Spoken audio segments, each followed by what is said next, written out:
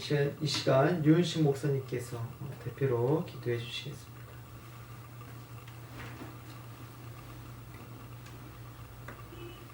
거룩하신 아버지 하나님 감사합니다.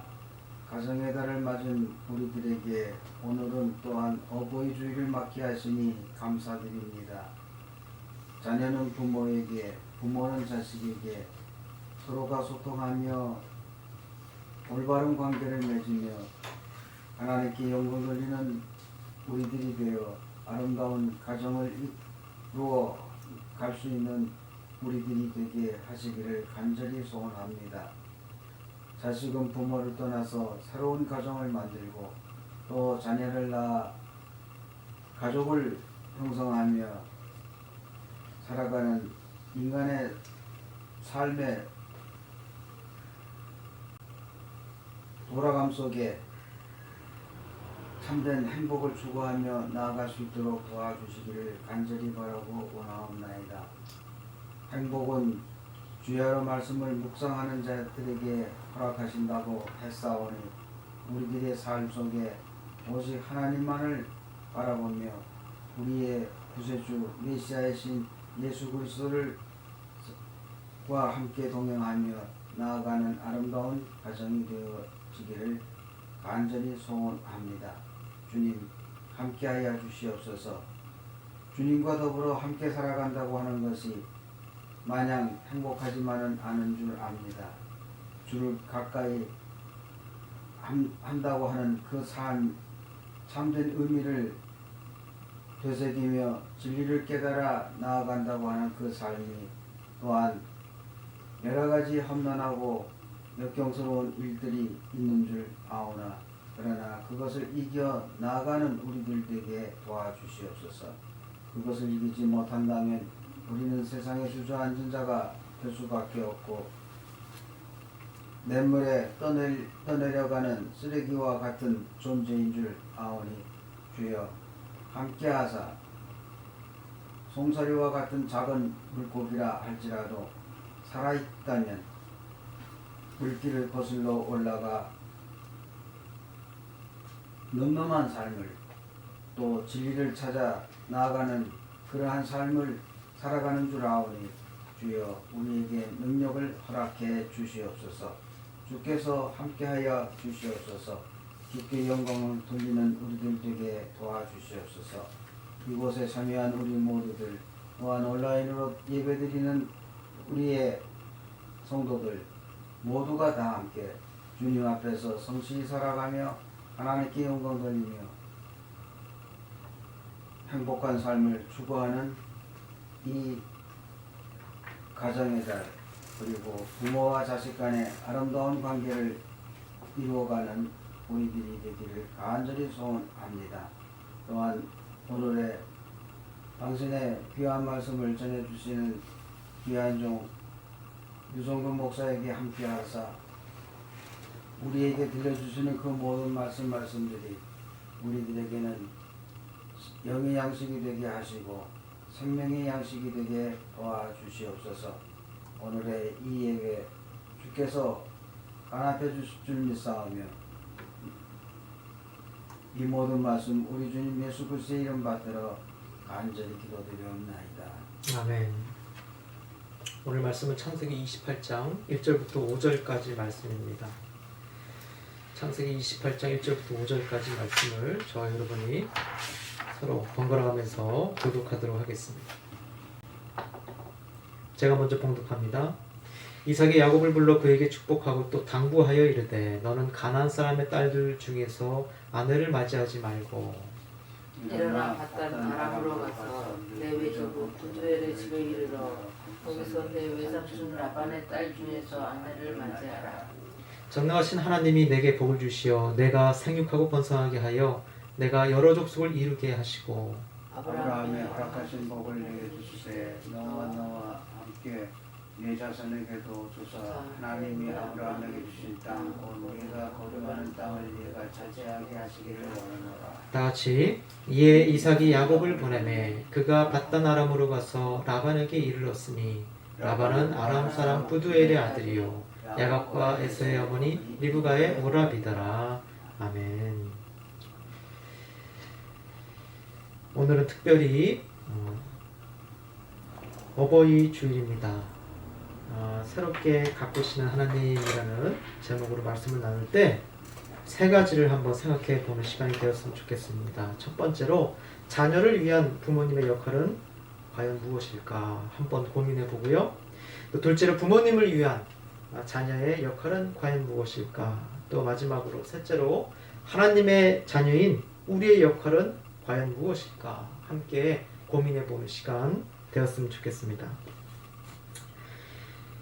첫째로 자녀를 위한 부모님의 역할은 무엇이냐, 자녀를 위한 부모의 역할은 무엇이냐, 바로 자녀를 위해서 복을 빌어주는 것입니다. 하나님 앞에 가서 자녀를 위해 복을 빌어주는 것, 그것이 바로 자녀를 위한 부모님의 역할이 되겠습니다. 아버지 이삭은 처음부터 두 아들에게 물려줄 두 가지의 복을 각각 준비하고 있었습니다. 그중 첫 번째 복은 바로 장자의 축복이에요. 이 장자의 축복은 다른 자녀들보다 재산을 2배 많이 가져가고 또 가족의 대표자라는 지위를 얻게 되는 그러한 축복이었습니다.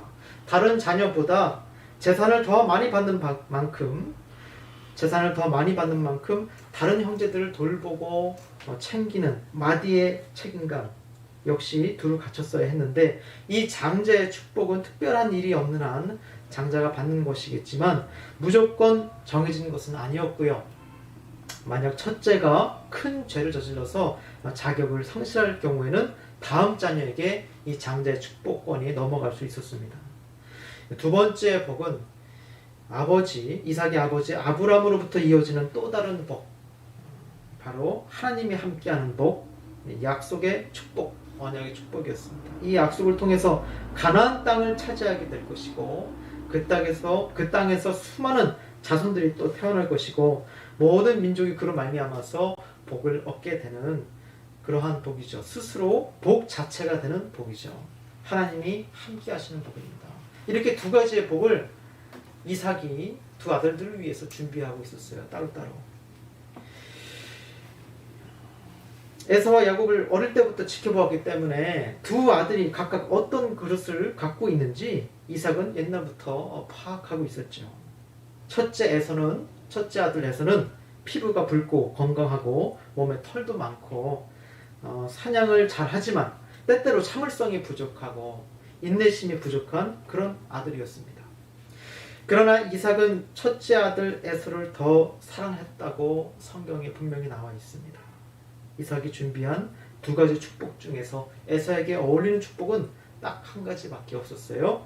장자의 축복을 에서에게 준다면 비록 그가 성품이 부족할지라도 잘 먹고 잘 살 수 있을 것이라 판단했습니다. 또 둘째 야곱을 보니까 야곱은 비록 에서처럼 사냥을 하러 다니진 않았지만 요리를 잘했고 평소 집에 머물러 있는 집돌이였습니다. 특별히 어머니를 잘 챙겨 드렸던 모양인지 어머니에게 더 사랑을 받는 아들이었다고, 또 조용한 사람이었다고 성경이 말하고 있습니다. 이렇게 야곱은 에서와는 달리 별다른 사고를 친 적도 없고 말썽을 부리지도 않았고 얌전하게 집에서 잘 지내는 그런 성품이었기 때문에 하나님이 함께 하시는 약속의 축복을 아브라함, 이삭, 그리고 3대째인 야곱이 잘 받아서 감당할 수 있다면 두 아들이 복을 골고루 나눠 갖는 것이니 누구 하나 억울하지 않고 두 아들이 공평하게 각자 행복하게 살 수 있을 것이라고 이삭은 나름대로 분명히 계획을 세웠던 것입니다. 하지만 이삭의 이러한 행복한 상상은 믿었던 야곱에 의해서 산산조각 나게 되죠. 둘째 아들 야곱이 장자의 축복에 대해서 오해를 한 것입니다. 장자의 축복이야말로 최고의 축복이라고, 저 장자의 축복만 가질 수 있다면, 내가 독차지할 수 있다면 나도 세상 사람들처럼 떵떵거리며 부자로 살 수 있겠구나. 설령 그 축복의 몫이 형님의 것일지라도 강제로 빼앗아서 내 것으로 만들어야겠다. 그래서 야곱은 배고픈 에서에게 팥죽 한 그릇을 줄 테니 장자권을 나에게 파시오 농담 같지만 알고 보면 굉장히 진지한 거래를 제안했던 것이고요. 그 자체로 실효성은 없었지만 나중에 실제로 장자권을 빼앗긴 형님의 입장에서 보면 그때부터 이미 야곱은 교활하게 사기의 초석을 깔아두었던 것입니다. 이뿐만이 아니죠. 야곱은 이삭이 예상했던 것보다 훨씬 더 악랄하고 나쁜 아들이었습니다. 아버지 이삭이 노안이 심해서 앞을 보지 못한다는 것을 알고 에서 형의 모습으로 변장해서 축복을 가로채지요. 심지어 자신의 목적을 위해서라면 하나님까지 팔아먹는 그야말로 사기꾼이었습니다. 창세기 27장 20절에 보니까 우리 나눠드린 주보에도 나와 있지만 20절에 보니까 이삭이 그의 아들에게 이르되 내 아들아 내가 어떻게 이같이 속히 잡았느냐 그 미리 얘기했던 요리를 부탁했던 요리 고기 요리죠. 그것을 어떻게 이렇게 빨리 갖고 왔느냐. 그가 이르되 아버지의 하나님 여호와께서 나를 순조롭게 만나게 하셨음이니이다. 에서로 변장한 야곱이 고민도 하지 않고 즉석에서 거짓말을 지어냅니다. 장자의 축복을 가로채기 위해서 아버지를 기만하고 하나님을 모욕했던 인간이 바로 야곱이었어요. 도저히 아름다운 신앙을 기대할 수 없는 그런 사람이었습니다. 이런 신앙의 기본도 안 된 사람에게 집안의 꿈이고 집안의 가업이라 할 수 있는 약속의 축복, 언약의 축복을 야곱에게 맡길 수 있을까요? 절대 그럴 수 없습니다. 그런데도 아버지 이삭은 이 거룩한 약속의 축복을 야곱에게 맡기게 됩니다. 이상하죠? 속았다는 것을 깨달은 이삭이 믿었던 둘째 아들에게 속았다고 깨달은 이삭이 속으로 얼마나 화가 났을까요? 가만히 야곱이 기다려줬더라면 공평하게 복을 나눠줄 수 있었을 텐데 야곱의 욕심 때문에 모든 것이 엉망진창이 되었습니다. 이삭 스스로는 자책감도 들었을 거예요. 내가 자식을 잘못 키웠구나. 잘못 가르쳤구나. 하나님이 함께 하시는 복을 가르쳤어야 됐는데 세상의 복이 더 큰 것인 줄 알고 집착해서 형제끼리 서로 죽이게 생겼구나. 하지만 이삭은 둘째 야곱을 원망하거나 화내지 않고요. 홧김에 약속의 축복을 에서에게 넘기지도 않습니다. 원래 야곱에게 주려고 했던 그 복을 야곱에게 그대로 빌어줍니다.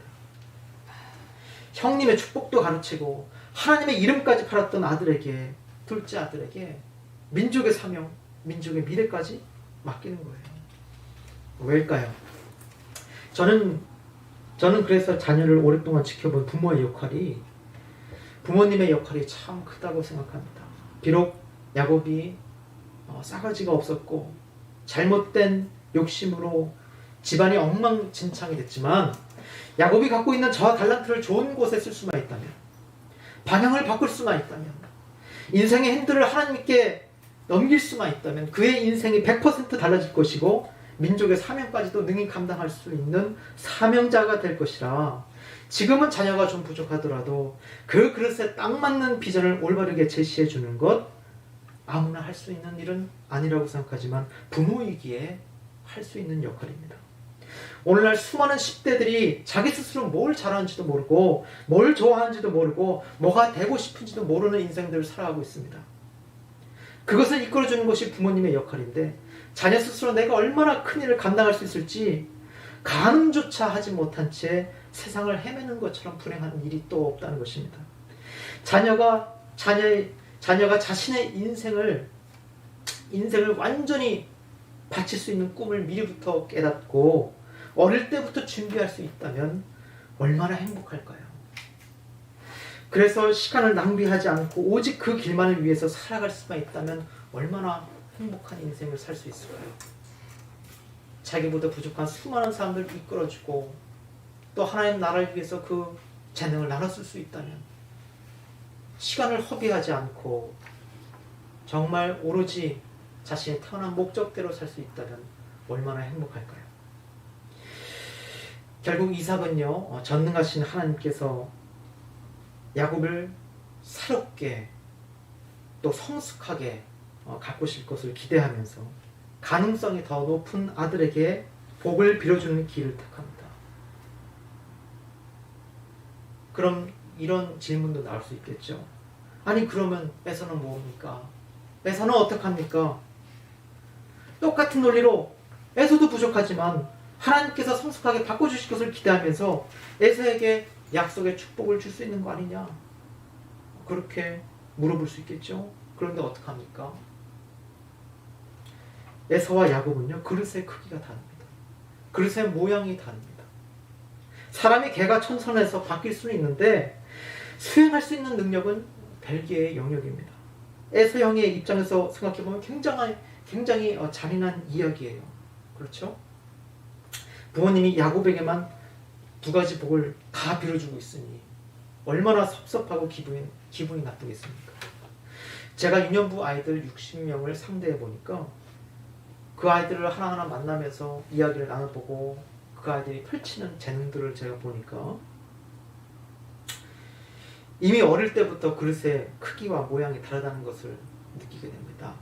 어떤 아이는 그릇의 크기가 이렇게 깊고 또 어떤 아이는 그 그릇의 크기가 모양이 이렇게 양옆으로 넓은 각기 다른 모양을 갖고 있는 거예요. 똑같은 부모님 밑에서 태어났는데도 이 삼형제의 그릇의 크기가 대충 보이는 거예요. 넓은 그릇으로 할 수 있는 일이 다르고요. 또 깊은 그릇으로 할 수 있는 일이 다릅니다. 물론 노력으로 그 간극을 메울 수도 있겠지만 똑같은 일이라 할지라도 수행할 수 있는 능력이 다르다 보니까 괜히 잘 못하는 것을 강제로 시키게 되면 거기에 들어가는 에너지와 시간이 어마어마하다는 것을 그 부모는 분명히 알 것입니다. 그래서 때때로 부모는요, 가슴이 아프더라도 칼같이 결단을 해야 할 때가 있는 거예요. 에서가 편애를 받았다고 느끼지 않도록 평생을 위로해주고 또 더 잘할 수 있는 야곱에게 거사를 맡기는 것. 물론 그렇게 한다고 해서 에서 형 마음속에 사무친 원한과 분노는 절대로 사라지지 않습니다. 그것은 나중에 야곱이 직접 해결할 문제겠지요. 직접 자기가 형님과 화해할 문제지요. 지금 에서 형이 야곱에게 축복을 빼앗겨서 굉장히 분노한 상황이고 아버지만 돌아가시면 내 손으로 이놈의 동생을 야곱을 죽이리라. 이런 상황이 지금 펼쳐졌기 때문에 야곱은 아버지 이삭의 말대로 삼촌 라반의 집으로 도망가게 됩니다. 그때 이삭은 야곱과 헤어지기 전에 아브라함이 받았던 약속의 축복을 똑같이 그대로 빌어줍니다. 우리 주보에도 나와 있지만 창세기 28장 3절 4절의 말씀에 보니까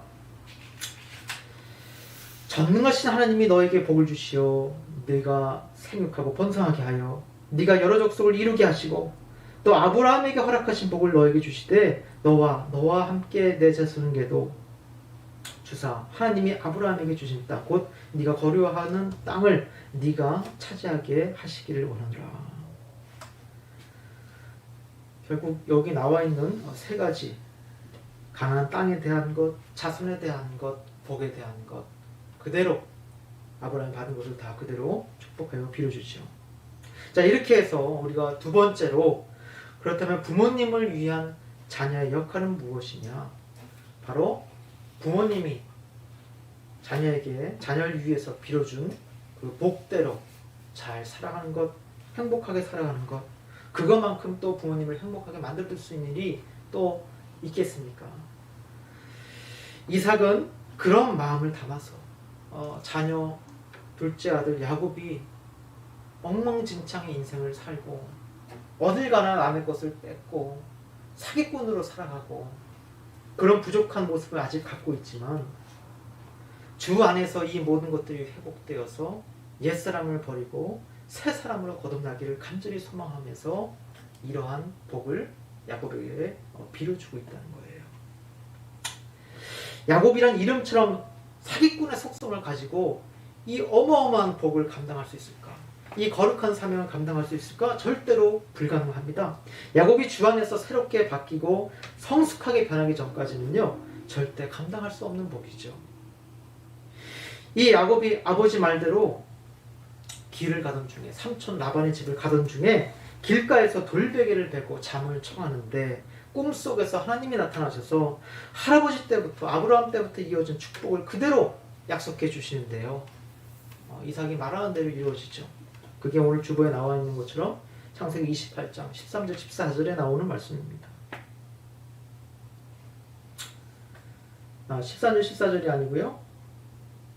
오늘 본문에서 우리가 읽었던 창세기 28장 1절부터 5절까지 말씀이죠.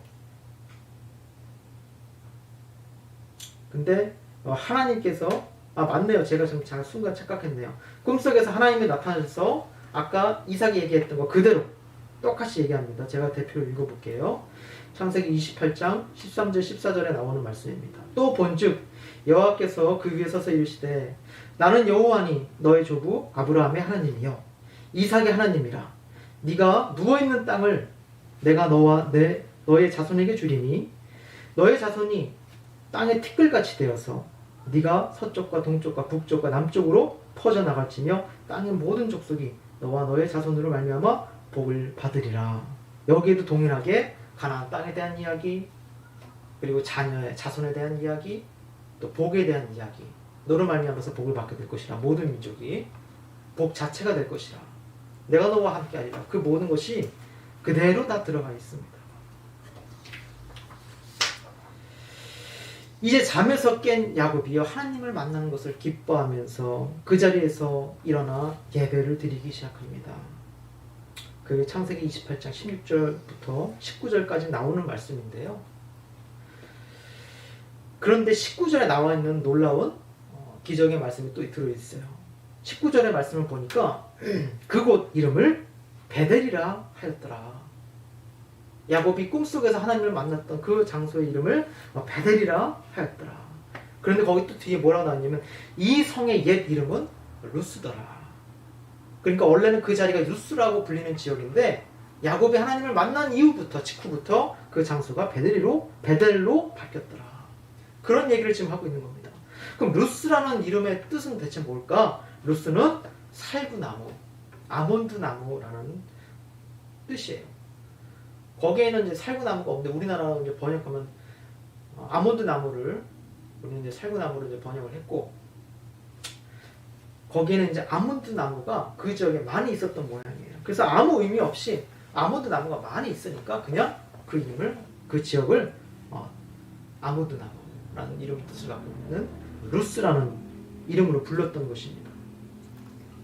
그런데 이 루스가 베델로 바뀌는 거예요. 하나님의 집이라는 뜻을 가진 이 베델이라는 이름으로 바뀌어가기 시작합니다. 단지 하나님을 거기서 만나기만 했을 뿐인데 하나님을 만났더니 장소의 이름이 바뀌기 시작하고요. 새로운 가치가 생겨서 복된 장소로 변화하기 시작합니다. 사람이 하나님을 만나자마자 거룩한 존재로 될 수는 없습니다. 그렇게 갑자기 바뀔 수는 없습니다. 비록 장소의 이름만 바뀌었을 뿐이고 야곱의 옛사람까지 바뀐 것은 아니지만 우리는 한 줄기 희망을 발견하게 됩니다. 우리가 우리의 죄를 자복하고요. 예수님의 십자가가 나의 죄를 용서해 주셨다는 것을 고백하기만 한다면요. 성령님이 우리 안에 내주하셔서 우리의 모든 것을 이끌어 가실 것입니다. 하나님의 자녀인 우리의 역할은 무엇이냐? 하나님의 자녀인 우리의 역할은 무엇이냐? 하나님의 때가 올 때까지 차분하게 신앙인의 길을 걸어가면서 우리의 인생의 핸들을 하나님께 맡기는 것입니다. 야곱처럼 내 인생이니까 내 인생의 핸들을 내가 지고 가리라. 그러면서 수많은 사람들 앞에 다가가 내가 받은 복을 나눠주는 것이 아니고 그들의 복만저 다 빼앗고 내가 가로채고 내가 승리하고 내가 이기고 사기치고 또 속이고 그런 인생을 살아가는 것이 아니라 복에 집착하는 인생이 아니라 하나님께서 허락하시는 그 길을 걸어가면서 내가 받은 복도 많은 사람들과 더 나눌 수 있는 복 그 자체가 되어가는 그런 인생길이 되어가는 그런 역할이 바로 우리의 역할이 될 줄 믿습니다. 그러므로 인생의 핸들을 주님께 맡겨드려서 부모는 자녀에게 복을 빌어주고 자녀는 받은 복에 화답하는 저와 여러분 되시기를 주님의 이름으로 축복합니다. 마치고 기도하겠습니다. 하나님 아버지 감사합니다.